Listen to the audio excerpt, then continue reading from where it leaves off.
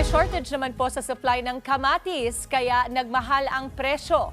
Pumapalo na nga sa hanggang 400 pesos ang kada kilo niyan. Nagbabalik si Carrie Cator. Sobrang mahal. Ginto ang kamatis.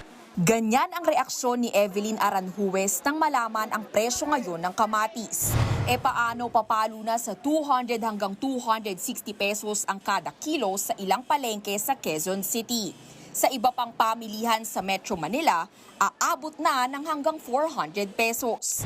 Kaya ang ending, hindi na lang bumili ng kamatis si Evelyn kahit kailangan niya sana sa ilulutong sinigang.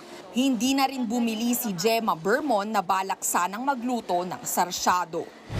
Gagamit nila akong tomato paste. Pwede naman yun. O at least mas mura.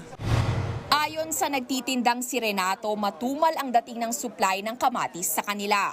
Hinala niya hindi na nagtanim ang mga magsasaka, lalo't malaki ang naging pinsala sa kanilang pananim ng sunod-sunod na bagyo nitong nakaraang taon.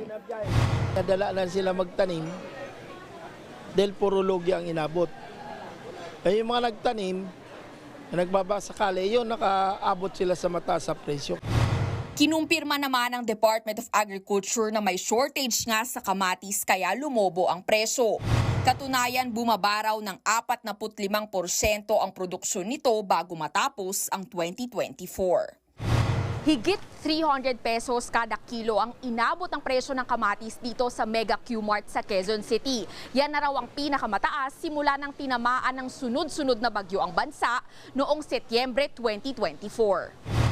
Ayon sa DA, inaasahang bababa ang presyo sa katapusan ng Enero o sa mga unang linggo ng Pebrero dahil panahon na raw ito ng pagtatanim.